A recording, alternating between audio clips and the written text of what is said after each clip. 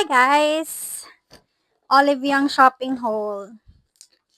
Olive Young pero ref magnet. Ito, nabili ko lang yung ref magnet dito sa Myeongdong. Ayan, para sa nanay ko. Tapos, ito, face mask.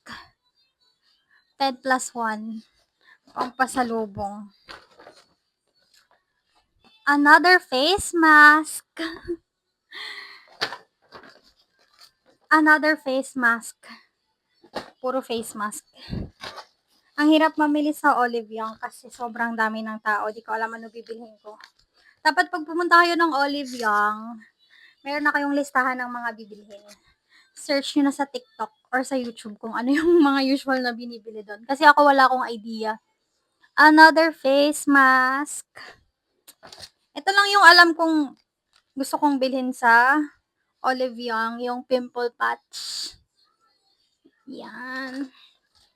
Tapos, bumili din ako ng beauty foam.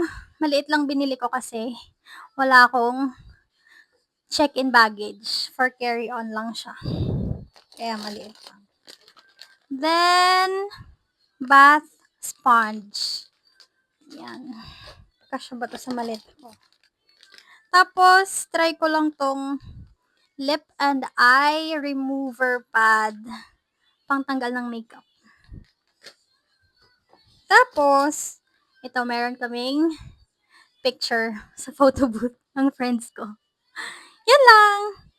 Thank you. Bye-bye.